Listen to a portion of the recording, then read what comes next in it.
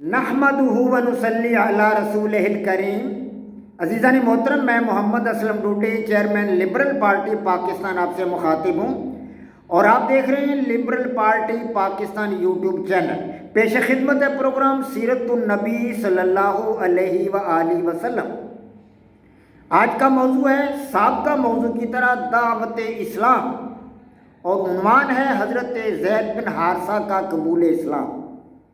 عزیزان محترم، میں آپ کو بتا چکا ہوں پچھلے ایپیسوڈ میں کہ نبی علیہ الصلوۃ والسلام پر نزول وحی کے بعد سب سے پہلے حضرت خدیجہ الکبریٰ رضی اللہ تعالی عنہا ام المؤمنین نے اسلام قبول کیا۔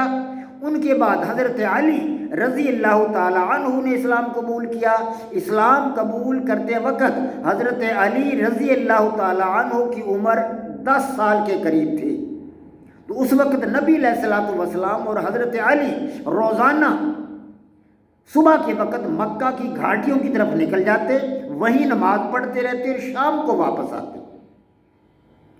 تو اس طرح حضرت خدیجہ الکبریٰ ام المومنین اور حضرت علی رضی اللہ تعالیٰ عنہ کے بعد تیسرے نمبر پر جس شخص نے اسلام قبول کیا وہ ہے حضرت زید بن حارثہ رضی اللہ تعالیٰ عنہ۔ سیرت ابن اسحاق کے مصنف ابن اسحاق کا کہنا ہے کہ حضرت خدیجہ الکبریٰ رضی اللہ تعالی عنہا اور حضرت علی رضی اللہ تعالی عنہ کے بعد زید بن حارثہ بن شرجیل نے اسلام قبول کیا، جو اس وقت نبی علیہ الصلوۃ والسلام کے غلام تھے۔ سیرت ابن حشام کے مصنف ابن حشام کے کہنے کے مطابق زید بن حارثہ بن شرجیل، یعنی زید بن حارثہ بن شرجیل جو ہے وہ حارثہ بن شرجیل کے بیٹے تھے، حارثہ بن شرجیل کے بیٹے تھے۔ اور حکیم بن حزام جب شام سے واپس آئے، حکیم بن حزام جب شام سے واپس آئے تو اپنے ساتھ کچھ غلام لے کر آئے تھے، اور ان میں کچھ کم عمر بچے تھے۔ ان بچوں میں ایک زید بن حارثہ بھی تھے، زید بن حارثہ بھی ان غلام بچوں میں شامل تھے۔ جو حضرت خدیجہ الکبریٰ رضی اللہ تعالی عنہا ام المومنین جو تھیں وہ حکیم بن حزام کی پھوپھی تھی، یعنی حکیم بن حزام کے والد کی بہن تھی، پھوپھی تھی حکیم بن حزام کی۔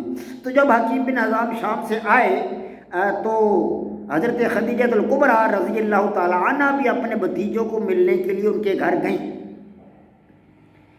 تو اس وقت خدیجہ الکبریٰ رسول اللہ صلی اللہ علیہ وآلہ وسلم کی زوجیت میں تھیں، ان کے ساتھ نبی پاک صلی اللہ علیہ وسلم کا نکاح ہو چکا تھا۔ تو حکیم بن حزام نے پھوپھی خدیجہ الکبریٰ سے کہا کہ پھوپھی جان، یہ میں کچھ غلام لایا ہوں، ان میں کچھ بچے بھی ہیں، یہ چھوکرے ہیں کچھ، آپ ان چھوکروں میں سے جسے چاہیں منتخب کر لیں، وہ آپ کا ہوگا۔ چھوکرا بچہ ذرا گھر میں کام کاج دے جاتا ہے، کوئی چیز منگوانی ہو، سودا سلام منگانا ہو، تو چھوٹے بچے خدمت کے لیے کافی اہم ہوتے ہیں، تو آپ انتخاب فرما لیں۔ حکیم بن حزام نے کہا اپنی پھوپھی جان سے کہ پھوپھی جان، یہ چھوکرے ہیں میرے پاس جو میں بطور غلام شام سے لے کر آیا ہوں، تو آپ ان چھوکروں میں سے کسی کا انتخاب فرما لیں، وہ آپ کا ہوگا۔ تو جناب خدیجہ الکبریٰ رضی اللہ تعالی عنہا ام المومنین نے زید کو چن لیا اور اسے لے لیا۔ تو رسول اللہ صلی اللہ علیہ وسلم نے جب زید کو دیکھا، ام المومنین خدیجہ الکبریٰ کے پاس دیکھا، تو انہوں نے زید کو مانگ لیا۔ نبی پاک صلی اللہ علیہ وسلم نے خدیجہ الکبریٰ سے زید کو مانگ لیا۔ تو خدیجہ الکبریٰ رضی اللہ تعالیٰ عنہا ام المومنین نے زید کو نبی علیہ الصلوۃ والسلام کے حوالے کر دیا۔ تو نبی علیہ الصلوۃ والسلام نے، چونکہ زید غلام تھا، تو حضور پاک صلی اللہ علیہ وسلم نے زید کو آزاد کر دیا اور اپنا متبنہ بنا لیا۔ یہ واقعہ نزول وحی سے پہلے کا ہے، یعنی اللہ تبارک و تعالیٰ کی طرف سے نزول وحی ابھی تک نہیں ہوا تھا، یعنی آپ صلی اللہ علیہ وسلم پر رسالت فرض نہیں ہوئی تھی، آپ کو نبی ابھی نہیں بنایا گیا تھا، اس سے پہلے کا واقعہ ہے۔ تو زید کے والد حارثہ جو تھے وہ اپنے بیٹے کے چھن جانے کی وجہ سے بڑے پریشان تھے، حد درجہ انہیں قلق تھا اور بڑا انہیں رنج تھا۔ اور وہ آہو زاری کرتے رہے، آہو زاری کرتے انہوں نے کچھ اشعار کہیں، وہ اشعار آپ کی نظر کر رہا ہوں۔ عربی کے اشعار پڑھنے میں بھی مزہ آتا ہے اور سننے میں بھی مزہ آتا ہے، وہ آپ کی نظر کر رہا ہوں اشعار کو جو زید کے والد حارثہ نے کہے اپنے بیٹے کے چھن جانے کے غم میں۔ تو وہ شعر ہے، بقیت علی زید بقیت علی زید ولم ادری ما فعل، بقیت علی زید ولم ادری ما فعل، احی احی فیزجی ام اتا دونہ الاجل، احی فیزجی ام اتا دونہ الاجل، میں نے زید پر آہوزاری کی۔ حارثہ کہہ رہے کہ میں نے زید پر آہوزاری کی، خبر نہیں اسے کیا ہو گیا، میرے بیٹے کو کیا ہو گیا، خبر نہیں اسے کیا ہو گیا، آیا وہ زندہ ہے کہ امید کی جائے، آیا وہ زندہ ہے کہ اس کے بارے میں امید کی جائے کہ وہ آ جائے گا، یا موت اس کے راستہ میں حائل ہو گئی، یا موت اس کے راستہ میں حائل ہو گئی۔ اگلا شعر ہے دوسرا، فواللہ ما ادری فواللہ ما ادری وانی لسائل، فواللہ ما ادری وانی لسائل، اغالک بعد السہل اغالک بعد السہل ام غالک الجبل، ام غالک الجبل، اللہ کی قسم میں واقف نہیں، اللہ کی قسم میں واقف نہیں، اور میں پوچھتا ہوں کہ میری نظروں سے غائب ہونے کے بعد، کہ میری نظروں سے غائب ہونے کے بعد تجھے میدان نے چرا لیا یا کسی پہاڑ نے چرا لیا۔ اپنے بیٹے کے بارے میں کہہ رہے ہیں کہ تجھے میری نظروں سے غائب ہونے کے بعد تجھے کسی میدان نے چرا لیا یا کسی پہاڑ نے چرا لیا۔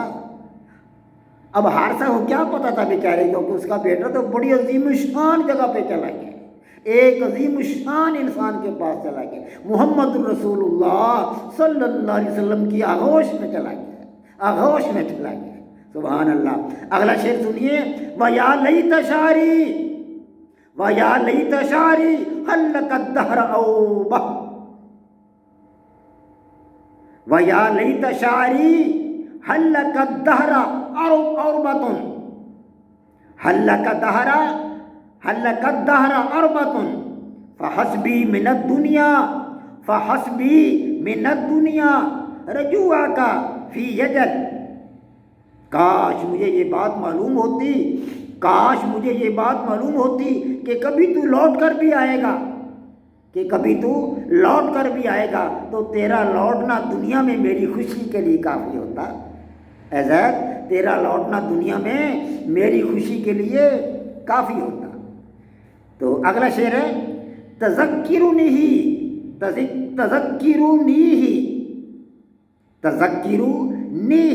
الشمس عند طلوعها، تذکرنی الشمس عند طلوعها وتعرض ذکراہ اذا غربها افل، وَتَعْرِضُ ذِكْرَاهُ إِذَا غَرْبُهَا أَفَلَ، سورج اپنے نکلنے کے وقت، سورج اپنے نکلنے کے وقت مجھے اس کی یاد دلاتا ہے، ہاں زید کی یاد دلاتا ہے، سورج اپنے نکلنے کے وقت مجھے اس کی یاد دلاتا ہے، اور جب چھپنے کو ہوتا ہے تو پھر بھی اس کی یاد دلاتا ہے، پھر بھی زید کی یاد دلاتا ہے۔ حارثہ اپنے بیٹے زید کی یاد میں دیکھو کتنے غمگین اشعار کہہ رہا ہے، لیکن اسے کیا پتا کہ تمہارا بیٹا تو عظیم شان جگہ پہ چلا گیا ہے، اسے کیا پتا تھا بیچارے کو۔ وَإِنْ حَبَّتِ الْأَرْوَاحُ، اگلا شعر ہے، وَإِنْ حَبَّتِ الْأَرْوَاحُ حَيَّجْنَا ذِكْرُهُ، وَإِنْ حَبَّتِ الْأَرْوَاحُ حَيَّجْنَا ذِكْرُهُ فَيَا طُولَ مَا حُزْنِي عَلَيْهِ وَمَا وَجَلْ، اور جب ہوائیں چلتی ہیں، اور جب ہوائیں چلتی ہیں تو اسی کی یاد کو ابھارتی ہیں، زید کی یاد کو ابھارتی ہیں، اور اس پر خوف کھانے اور اس کے لیے غم کرنے کا زمانہ کس قدر طول پکڑ گیا ہے، کس قدر لمبا ہو گیا اور کس قدر دراز ہو گیا ہے۔ اگلا شعر ہے، سأعمل نصا، سأعمل نص العیسی فی الارض جاہدا، سأعمل نص العیسی فی الارض جاہدا ولا اسام الطواف، ولا اسام الطواف او تسام الابل۔ اس کی تلاش میں اونٹوں کو، زید کی تلاش میں اونٹوں کو روئے زمین پر کوشش سے دوڑانا ہوگا، بہت زیادہ دوڑانا ہوگا، کوشش سے دوڑانا ہوگا اونٹوں کو زید کی تلاش میں، اور گردش سے اکتا جاؤں گا، اور گردش سے اکتاؤں گا نہیں، اس گردش سے، اس دوڑ دھوپ سے میں اکتاؤں گا نہیں، خوف نہیں کھاؤں گا، ڈروں گا نہیں، بھاگوں گا نہیں، اکتاؤں گا نہیں، حتیٰ کہ اونٹ بیزار ہو جائیں گے، بھاگتے بھاگتے اونٹ بیزار ہو جائیں گے، میں بیزار نہیں ہوں گا زید کی یاد میں بھاگتے ہوئے، میں بیزار نہیں ہوں گا، قلق محسوس نہیں کروں گا، دکھ محسوس نہیں کروں گا، رنج محسوس نہیں کروں گا، لیکن یہ اونٹ دوڑتے دوڑتے بھاگتے بھاگتے بیزار ہو جائیں گے۔ کیسا کلام ہے یار اہل عرب کا۔ عرب کے لوگ ہم کو عجمی کیوں کہتے تھے؟ اسی لیے کہتے تھے کہ ان کے عام لوگ ایسے شعر کہا کرتے تھے۔ زید کی یاد میں کیسے شعر کہہ رہا ہے اپنے حارثہ کہ اونٹ دوڑتے دوڑتے بیزار ہو جائیں گے لیکن میں بیزار نہیں ہوں گا، اونٹ بیزار ہو جائیں گے، میں بیزار نہیں ہوں۔ اللہ اکبر۔ اگلا شعر ہے حیاتی حیاتی اوتاتی، حیاتی اوتاتی علیہ منیتی، علیہ منیتی فکل امرئ فان، فکل امرئ فان وان غرہ العمل۔ زندگی بھر دوڑتا رہوں گا، زید کی یاد میں زندگی بھر دوڑتا رہوں گا یہاں تک کہ میری موت آ جائے، یہاں تک کہ میری موت آ جائے۔ ہر شخص فنا ہونے والا تو ہے ہی، ہر شخص مرنے والا تو ہے ہی، اگرچہ آرزوئیں اسے دھوکہ میں رکھے، اگرچہ آرزوئیں اسے دھوکہ میں رکھے۔ اللہ اکبر۔ تو پھر تلاش کرتے کرتے اونٹوں کو دوڑاتے دوڑاتے بھاگتے بھاگتے بھاگتے بھاگتے پھر حارثہ جو تھا وہ اپنے بیٹے زید کی تلاش میں نبی پاک صلی اللہ علیہ وسلم کے پاس پہنچنے میں کامیاب ہو ہی گیا، نبی پاک صلی اللہ علیہ وسلم کے پاس پہنچنے میں کامیاب ہو گیا۔ جب زید رسول اللہ صلی اللہ علیہ وسلم کے پاس تھے تو آپ نے زید سے فرمایا کہ اے زید تم چاہو تو میرے پاس رہو، اور اگر چاہو تو اپنے باپ کے پاس چلے جاؤ۔ سبحان اللہ، باپ کے پاس چلے جاؤ۔ تو زید نے کیا کہا؟ زید نے کہا میں تو آپ ہی کے ساتھ رہوں گا یا رسول اللہ، میں آپ ہی کے پاس رہوں گا، آپ ہی کے ساتھ رہوں گا۔ بس وہ نبی علیہ الصلوۃ والسلام کے پاس ہی رہے، رسول اللہ صلی اللہ علیہ وسلم کے پاس ہی رہے، یہاں تک کہ اللہ تعالیٰ نے آپ کو مبعوث فرمایا، آپ کو نبی بنا دیا، آپ کو نبوت عطا فرما دی، رسالت عطا فرما دی۔ تو اس وقت فوراً ہی زید نے آپ صلی اللہ علیہ وسلم کی تصدیق کی، حضرت خدیجہ الکبریٰ اور حضرت رضی اللہ اور حضرت علی رضی اللہ تعالیٰ عنہ کے بعد آپ کی رسالت کی تصدیق کی، اسلام اختیار کیا اور آپ کے ساتھ نماز پڑھی، آپ کے ساتھ نماز پڑھی۔ پھر جب قرآن پاک میں یہ آیت نازل ہوئی کہ ادعوہم لآبائہم، ادعوہم لآبائہم، بیٹوں کو باپوں کے نام سے پکارو، بیٹوں کو ان کے باپوں کے نام سے پکارو۔ تو انہوں نے کہا کہ میں زید بن حارثہ ہوں، میں زید بن حارثہ ہوں، نہ کہ زید بن محمد صلی اللہ علیہ وسلم۔ وما علینا الا البلاغ۔ پاک فوج زندہ باد، پاکستان پائندہ باد۔